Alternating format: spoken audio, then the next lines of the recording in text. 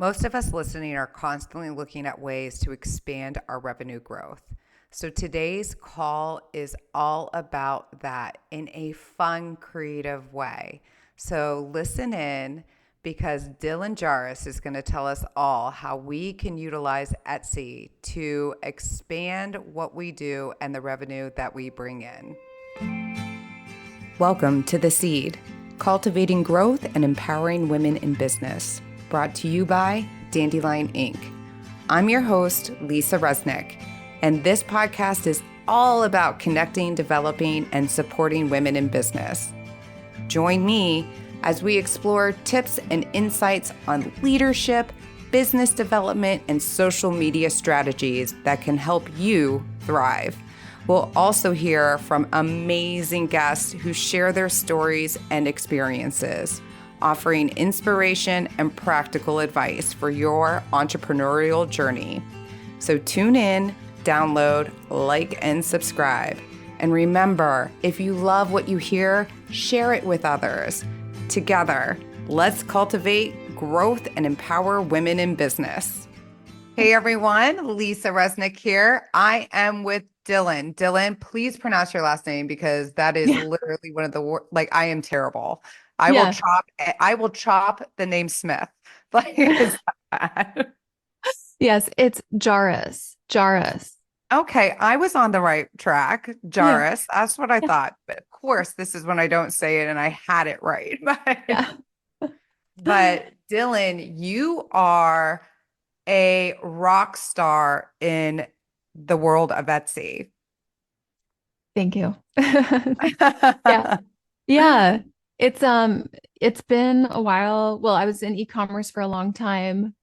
Really landed on Etsy out of just kind of being in between jobs and trying to find something. And that was over 8 years ago now. So let's actually just dive right into your origin story, like how that all happened, like what you did in the e-commerce, because you were in the corporate world, weren't you? Like big Yeah. time. Yeah. So worked for some big companies after school. So I went to college, studied business, thought I wanted to get into fashion journalism.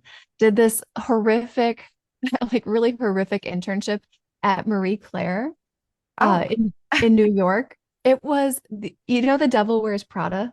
yes. It was One of my obsessions. That's a hilarious movie, but it was that movie. It was that movie. Yeah. No, it wasn't. It was. Yeah, we this I'm about to thick. say you have to give us a story, like one story at least of an experience of Miranda. Yeah. So there was this thick handbook when we got there, these interns, and there was like probably 20 of us, and we worked in the fashion closet, which really meant we were glorified USPS carriers because we just delivered clothing around to showrooms. But on the first day, they gave us this handbook, and one of the things was you cannot make eye contact with editors when you're walking. You've got to be kidding me. No, no, you couldn't. Yeah, you couldn't look at them You've at got to be like, kidding me. That is no. like completely counterintuitive of what we're always told of always make sure you provide eye contact with people. Yeah, yeah. So it was that was a long time ago, but ended up not going the fashion journalism route, got into really e-commerce, corporate retail instead. Yeah. What was it in e-commerce? Because that is such a broad umbrella. What was it that you specifically specialized in or niched in when it came to e-commerce? Yeah, so I was a buyer. So Okay. basically what you see in the store, who chooses that, who plans out the quantities, who forecasts sales. So there's an art and a science to it, which was perfect for my strengths. And Yes. it's really fun. You're constantly pulling levers, you're spending a ton of money, hundreds of thousands of dollars at a time. And I was like, I started doing that when I was 21. So Oh, wow. yeah.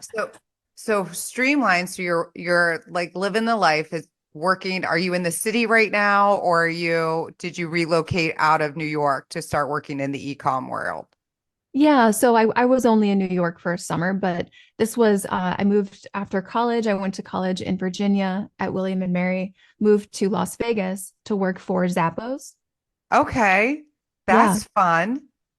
Yeah, when yeah, you think you're 21, you're living in Las Vegas and living the life, but Zappos was a great workplace, a great culture, really a great place You to were kind allowed of to look at people in the eyes. yes, yes. It was, I mean, you would go up and hug the CEO and like have a really Complete casual, opposite. total opposite. Yeah. Yeah. So why'd you end up leaving that world?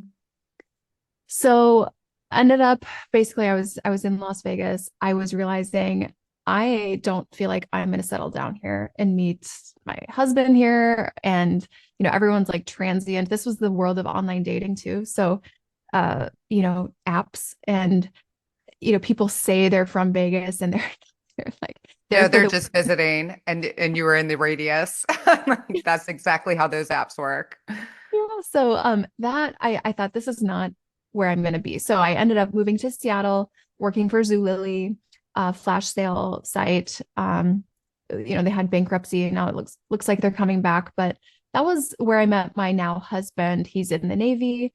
He was on a submarine up there, and we basically ended up moving to San Diego then, where there are not a lot of e-commerce jobs. And I was doing all these side hustles, dog walking, house sitting, and Etsy was one of those side hustles. Yeah. So what was your first product that you ever had up on Etsy? It was actually something I made for our wedding. It was a letter J for our last name. It was made out of foam and toothpicks from the dollar store. and uh, and I and it had flowers on it, like fake flowers. And I took a picture of it, one picture, put it on Etsy, like it was like Facebook Marketplace or something. And then 2 months later, it's sold. Someone bought it. So at Yeah. this time, did you do what everybody does now, creates the Etsy shop, all these things to like have people see them? Like, I'm not gonna lie. I, while I shopped on Etsy, it wasn't until a couple of weeks ago, whenever the Mets were still in the playoffs. And my husband asked me if I would watch the game with him. And I admittedly do not like watching sports, especially baseball on TV. If I was at the game, I'm all in, but sitting on my couch, not all in. So I popped open my computer. I was like, let me start an Etsy store.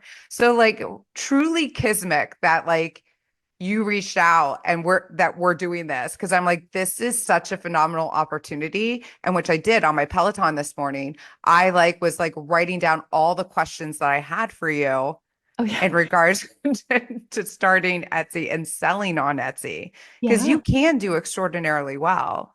Oh, absolutely. Yeah. People think it's just, oh, I'm just crafting or I'm just, doing a little side hustle. We have a lot of sellers who we work with who are full time. They're making seven figures. I just had a call last night with someone who does between 150 to $200,000 a month, you know? That's insane. What do Yeah. they sell? Do you know what is it that they have up there? Yeah. They are focused on print on demand, mostly apparel.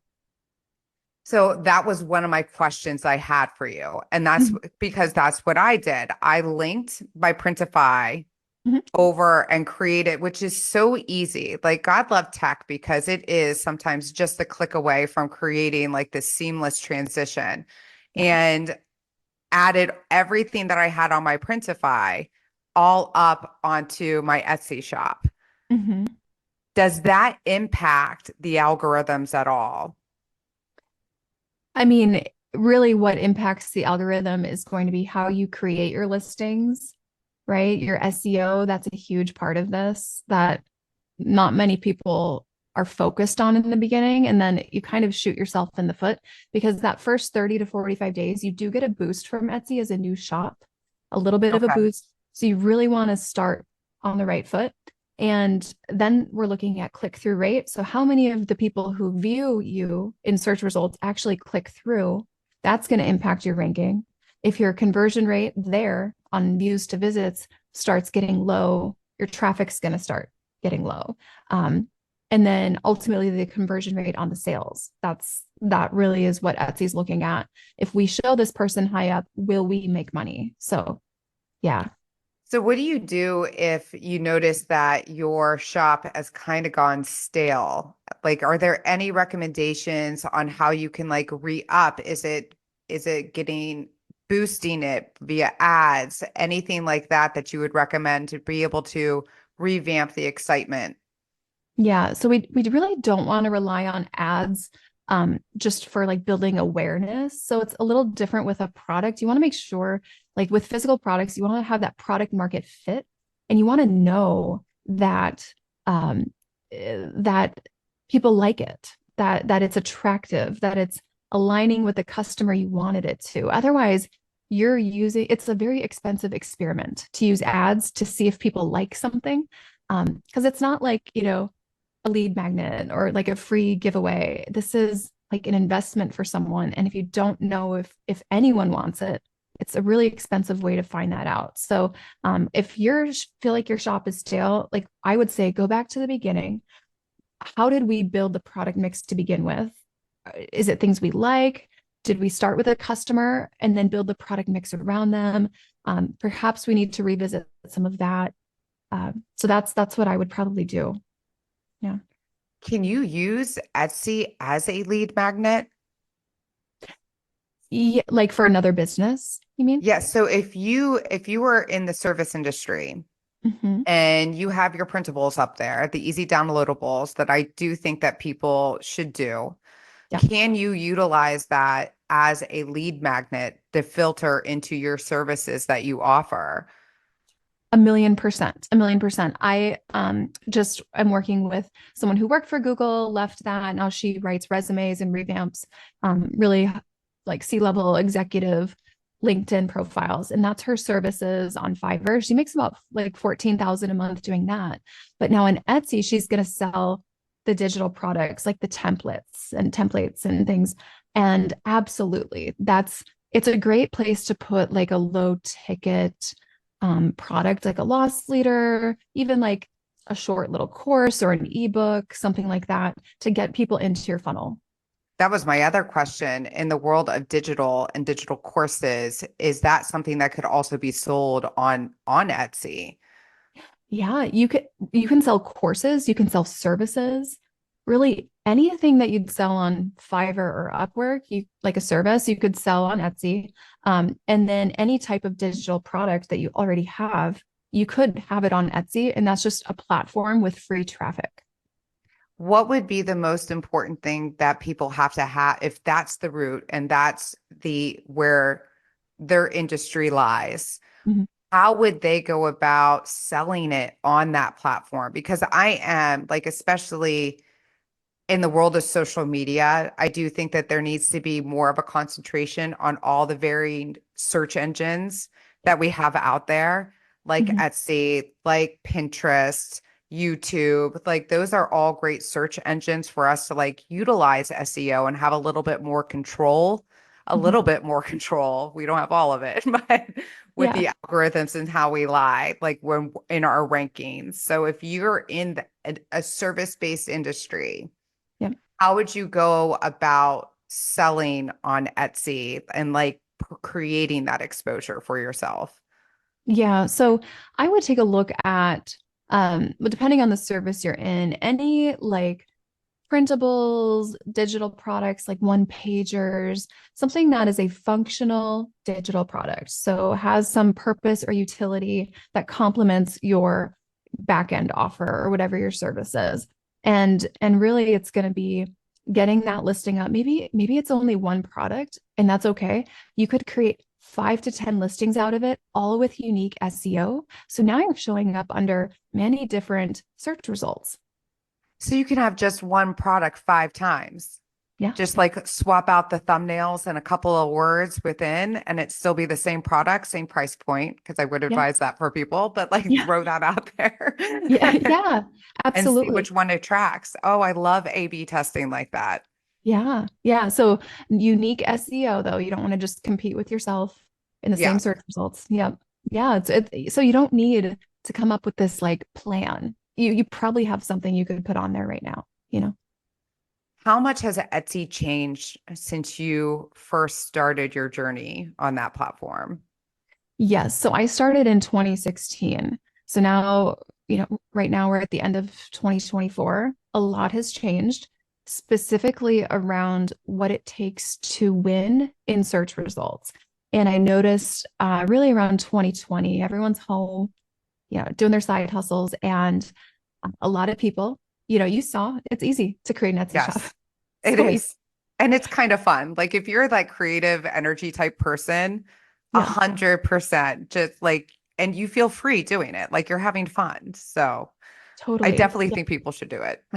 Yeah, and it can be a little too easy. And back then, anyone could and their mom could get this up and running. So now it did flood the marketplace with some shops that are not quality. So there's a lot of kind of noise, low quality listings, things that aren't really selling. They're just there in the abyss. And that distracts from the quality listings a little bit. So you do have to do some new things to compete and to rank higher now than that you didn't have to do back then. What are some suggestions on how to do that? Yeah. So really becoming an expert in SEO. So when I put up my first listing, it was probably 3 words in that title. And you have 140 characters there. I probably used like 20. And then somehow someone found it, which was like, now that would never happen. No one would ever find it. So you really should become an expert in Etsy SEO. Not, it's very different than just Google SEO. It is different. They have different things that they weight differently and different parts of your listings to have the SEO. So there's a science to that, and it's really worth it to educate yourself on that first. So what would be an example of utilizing the 140 characters to be able to try to drive that SEO? Like let's come up with a product, a candle, because I feel like candles, there's a billion different Yeah. candle providers out there. How to vary yourself and make sure that you're up there in the rankings when it comes to something that everyone seems to be dabbling into. Yeah. Yeah. So the key here, and I'll preface this with we just launched a software on Monday called Etsio, ETSEO. That's awesome. Yeah. So we've been working on that for about 8 months, and we just launched it literally 4 days ago.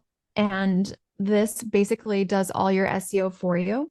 But yeah, and it actually creates your full listing for you. So Yes, please. That's amazing. yeah, so it's literally as simple as you upload the picture. It's AI driven. Yeah. How long did it take you to create this software? So it's definitely not me who created it. It was my vision and direction, but I have a team of developers. So 8 months, 8 months. When did the idea, though, when was the seed planted with you that you were like, wouldn't this be great? And wouldn't this be a great addition as a business pillar to what I'm already doing? Yes. So the idea came up. Do you know Alex Hormozy? Yes, yes, I Okay. do. So he mentored us a little bit over the last couple of years, and he talked about software as something to really a way to expand the business, also to get new students, right? Because this is selling to everyone and not just our own coaching program students. And that was about a year ago in August. And in February, we really started formulating the idea around really the biggest problem we see. And it's creating these listings. It takes so much time. You have no idea what to put in. And it's like, you put it off, and then at the end of the day, you're exhausted and you have like no creative energy to come up with these with SEO. It's true. And you can't really utilize Chat GPT for that. And I really want to emphasize that to everyone listening out there. ChatGPT is not going to give you your SEO rankings. There are different ways in which you can do it. I know for Google Analytics, I use Uber Suggest a lot to like see what's out there when it comes to grading blogs, and I hate the word blog, but like putting out blogs to help drive and have my site ranked up higher when people are doing their searches. Um, so for you, is yours complimentary taking into account because I know it doesn't Etsy have their own like search engine to be able to see like what are the best words to put in for your products and services and see what your competition is? So, yes, Etsy does keep search data private. So, any of the Etsy tools that they're all providing estimates of search rankings and search volume and competition levels. So, it is all an estimate. But Okay. our tool does compile, I would say, many different sources. It's not a chat GPT. No. Basically, I'm glad you said that. But that is what I would recommend if you have no idea what to do in terms of SEO. But the main thing, if you're just doing it on your own, is to really focus on the customer versus the product. Because, let's say you're selling earrings and you're thinking, okay, well, I'm a jewelry maker. These are 5 millimeter, this type of crystal, you know, drop earring, it's all this like technical stuff. And that matters to you, the maker. Like, what that means, but no one is searching that. They're searching, mother of the bride earrings. What I am hearing right now is I need to revamp all the description of the products that I put up that during that game. Oh, no. Because I did. I was like the detail of the product. People are going to want to know the details of the product versus the actual person who is going to be purchasing the product and their use. Yeah. Well, and it might just be a shift, purpose, utility. What is the customer? What problem are you solving for the customer with that thing? Yeah.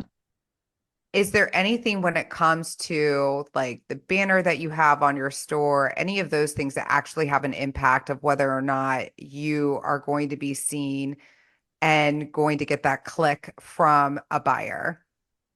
So the banner, I mean, they would have to get into the shop in order to even see that. So the banner is important because that is the biggest piece of visual real estate you have in your shop. And people like that's the first impression. It's like, your front door. And do you look like a drug house, or do you look like Yeah. beautiful, like a beautiful like mansion with a housekeeper? Like, Yeah. Yes. sorry for that visual, but you know what I mean? It's No, that it's visual is perfect. it's so important. That's your brand. That's the impression. Like, don't forget about that. It's the biggest place visually that you can have imagery. So, even more than your tiny little, thumbnail photos. So that matters. But really, in competing with search results is really how you're going to get the traffic. And you want to compare your value proposition to the competition. So your value proposition, your combination of your listing photo and your price. You've got to win really with both when you're starting Okay. out. Yeah. So any recommendations or suggestions on how someone would go about doing that? Yeah. So really, I would say when it comes to your thumbnail photo, and let's say you're doing t-shirts or something, stay away from these AI mock-ups where it's not a real person. Um, First, Agreed. yeah, I mean, the fit is so off. It's so obvious, and an ill-fitting mock-up is not going to sell anyone. So, fit is really important when you're choosing mock-up photos with models in them. Fit is everything. You can take a trendy design and put it on, a really outdated looking fit, and you'll lose them. You'll lose them completely. So pay attention to that. I would say also make sure if you have any words on things that you test this on mobile, because most people, I would say over 60 to 70% are shopping on their phones. And if they can't read what the words say, they're never going to click in. That's true. That is true. People are more often on their mobile. We create on our laptops, but we use our mobiles when we shop and when we're reading all that other stuff. So that's a really solid point. Yeah. Yeah. So those are just a couple things. If you're wanting to start a shop, you're like, what do I do to get kind of a leg up or not make those easy mistakes? Yeah. So are there anything recommendations when it comes to your photos? I know video is huge Mhm. to be able to have that up there, like an amount of photos that you should have or can have, like limitations wise, anything along those lines when it comes to creating that visual expression of what you're selling? Yeah. So, really, I recommend looking at your product page like a sales page. So you are selling, and you have to remember that you are selling. This is your chance to convert someone. They're going to look at your photos more than they're going to read the description. So any important information that you had in the description, like maybe care instructions, size info, have an infographic photo with that. There's 10 different slots for photos. Use all of them. Otherwise, it's like, creating a Zillow listing with 3 pictures. Like, that's Yeah. not compel anyone. So really use all your photo spots. We actually, in our course, we have 18 types of listing photos, but just at least have 10 different ones and make sure you're showing material, you're showing fit, you're showing all the color options. So really leave no question unanswered with your photos. What if it's a notebook, like Yeah. a piece of paper to be able to provide like 18 different photos? Like, would it be like you just have it on 2 different tables, like put it in a bookshelf? Like, would you say those will still capture people? Yeah. So, I mean, one example, size and scale, right? Like someone holding the notebook. If it's on a desk versus on like, the kitchen counter, it's kind of the same effect. But if you have someone holding it, oh, wow, that's huge. Or, oh, wow, that's like a little tiny purse notebook. Like, True. is it thick? Is it really thick? Is it, how many pages are there? Like, how wide are the lines? Is this a narrow lined notebook or one of those wide line notebooks, or is it not lined at all? What's the quality of the paper? What are some reviews, right? That could be a photo, reviews of that notebook. So there's a lot more than just the product, the full picture of the product. Maybe it's a close up of the material. Maybe it's a leather notebook and you want to show like the detail of the stitching on the front. So maybe it's a close up of just one corner, something like that. And if it's a printable, how Yeah. would you go about to, because you also want to make sure that you are keeping the information as private as possible until they actually click to purchase and download. So when you do have that printable up there, is it just creating various different, like even just Canva? Canva is such an excellent way to be able to create graphics to Mhm. upload there. Would you just say having 5, 10 different Canva images where you have the inserted of your downloadable on there? Yes. So we actually give out a full stack of, it's like a Canva template, 10 photos that you can just drag and drop your product into. But the biggest thing I see happening with printables is it's a new shop. They have like 5 printable listings and they're, really proud of these, but they're paranoid people are going to steal their stuff. They have no sales. And so they create these like huge overlays, like a watermark, to hide the product. And it's like taking up half the thumbnail. And what I want to like encourage people is, hey, we don't have social proof yet. We don't have a sale. There's nothing compelling the person to buy. You're only making it harder. So, if anything, especially early on, really show the product with digital and printables. Show the product. Don't be afraid of the idea getting taken. No one is seeing you anyways right now. It's true. That is true. And once you're a bestseller, okay, maybe then swap in some photos that are, you know, hiding some of the details a little more. Any recommendations on price points for people? Like if they have a product, let's say I customize tables and furniture. So my price points are going to be a little bit higher. They're going to be around, let's say 5,000 plus Mhm. with the size and everything. And then verse again, going back to the printables, like having something that's downloadable, it's one sheet. Like for instance, I have on mine, like a time audit. Like this is you auditing your time. Um, which I think I have that up for like $1.99, like something low enough that people can download, they can utilize. And even then I'm like, I should probably lower that price. But Yeah. any suggestions of like a good solid price point, especially when you're first starting off and opening up your Etsy shop? Yes. And this is something I see people really kind of sabotage their potential is, they look at the product and like, I put in 5 hours into that. I value my time. I'm going to charge $10 for this printable, this one pager.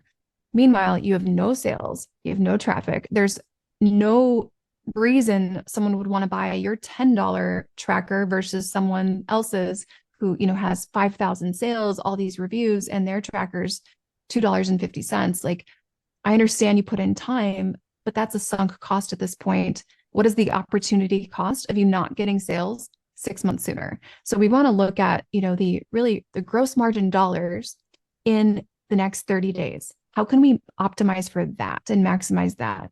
So don't be afraid. I always say give it away for the first 20 sales. Just give it away. You can't do $0, but a lot of people, for me, if I was starting a new Etsy shop right now, I would be willing to break even for 60 days just to get a shop that has 1,000 sales in it.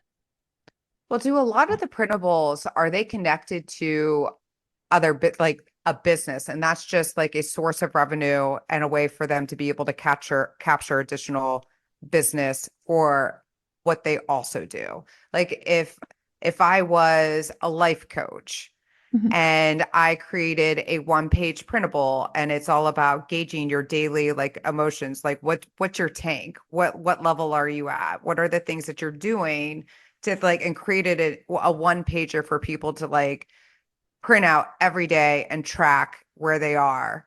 Yeah. Um, but really, I would think a life coach would also want that to be like funneling into their larger sale, and that is a life coach package for like however much, and their services that they offer there.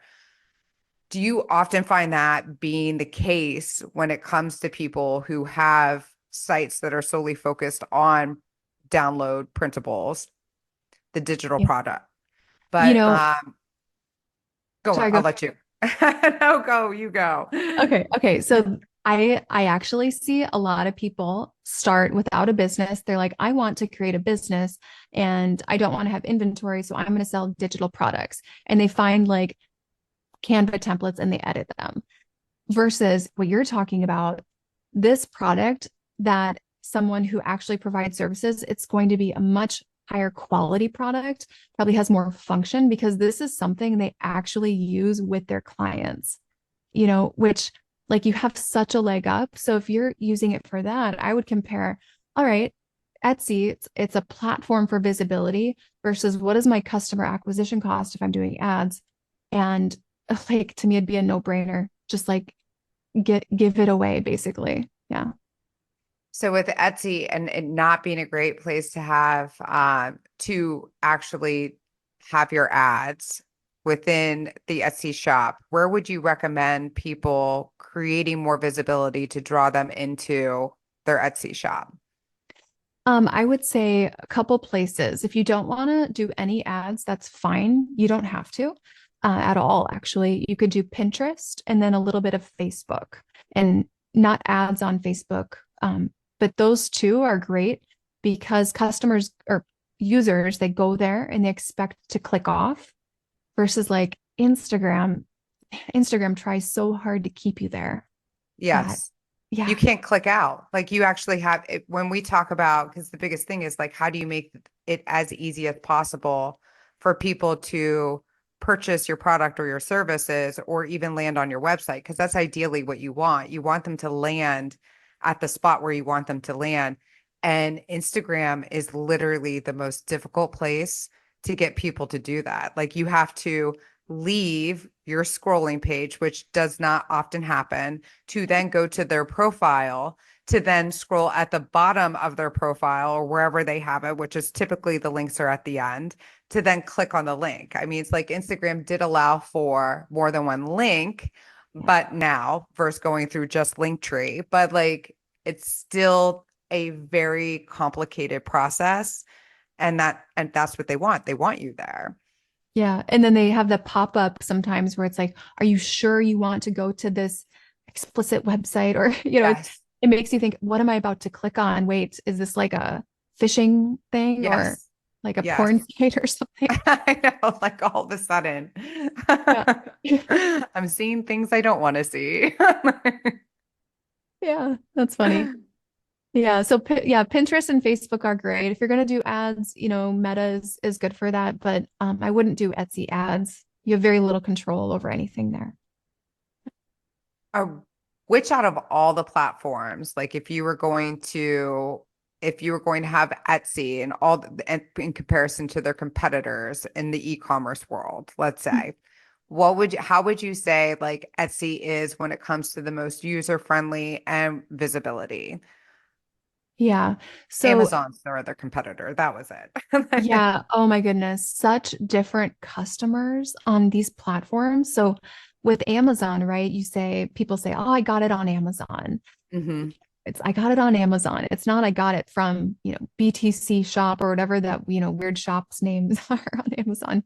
It's Yes. Amazon. Yeah, but Etsy, it's you own your brand there, and you own your storefront, and you can make it look different. There's ways you can do visual merchandising.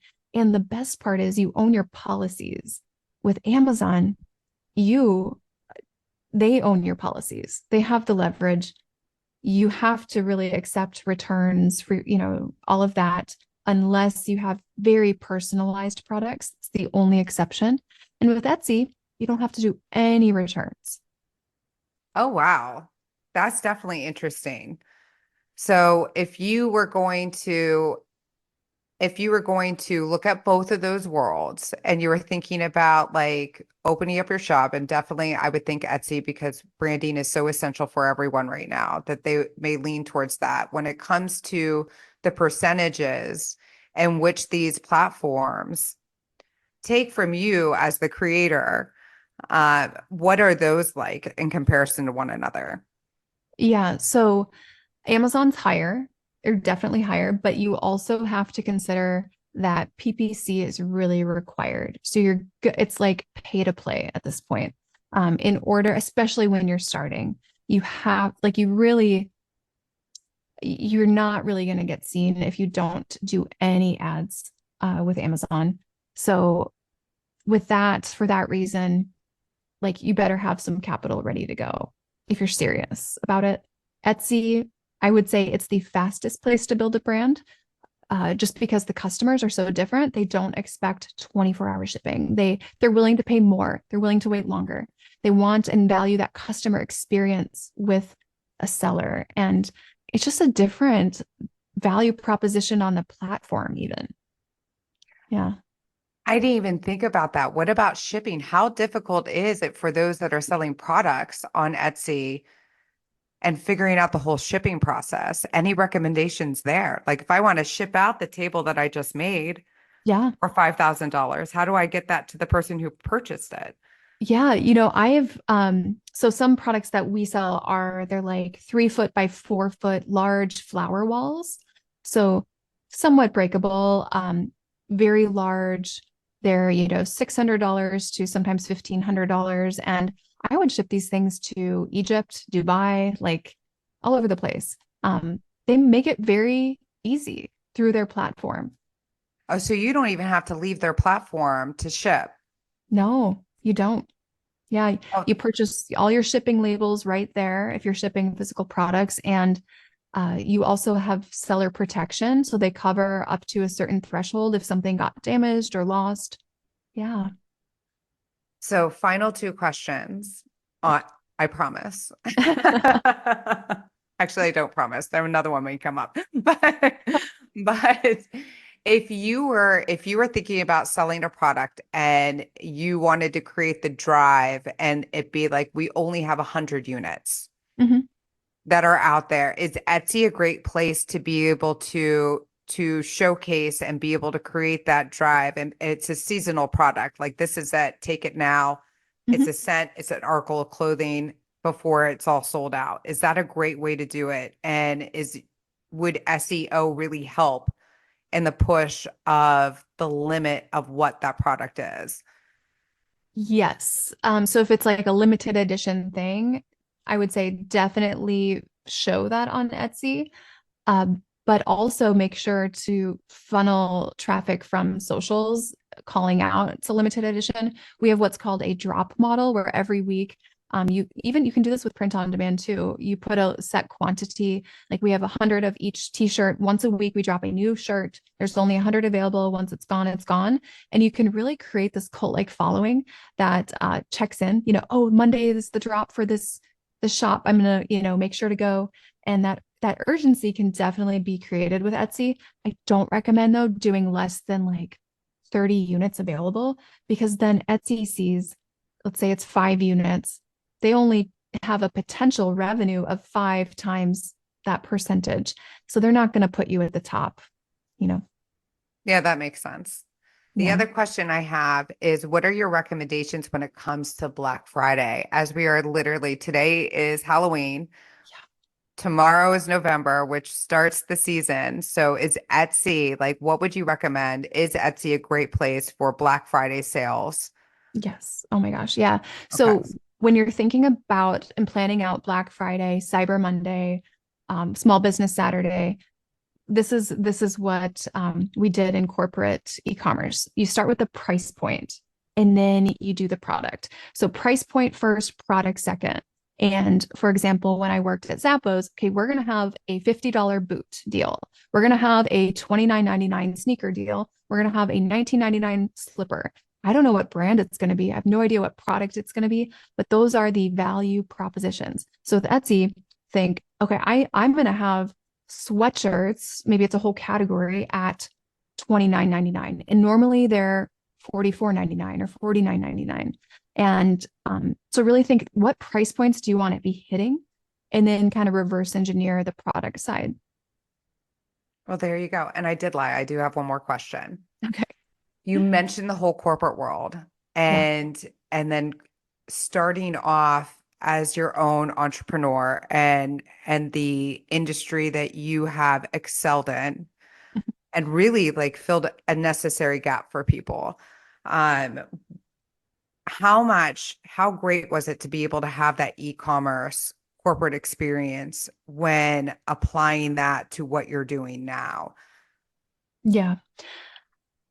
It gives you so much confidence because at this point, I managed portfolios that were about $100 million, which, when you're 21 to 25 doing that, you build a sense of confidence that you know how to pull the levers.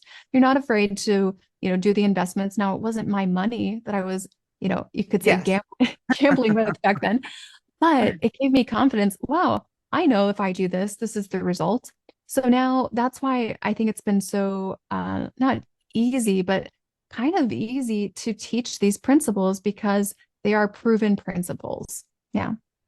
I love it. So if anybody wants to find out more information and to reach out to you and learn more about this software that you have that is launched, how would they go about doing it? Instagram is great. Just Dylan Jahraus on Instagram or YouTube. We have hundreds of free videos on YouTube and, it's free education. So check out that if you're really thinking about Etsy for yourself. Well, I love it. Thank you. Yeah. Yeah. Thanks for having me.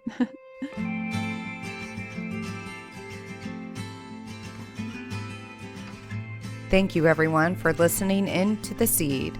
If you'd like to receive our weekly newsletter, go to Dandelion-Inc.com and click Let's Connect. And please be sure to subscribe to the Seeds podcast to hear more inspiring stories from other badass women that are all around us. Remember, behind every woman is a tribe of other successful women who have their back. To you all, thank you.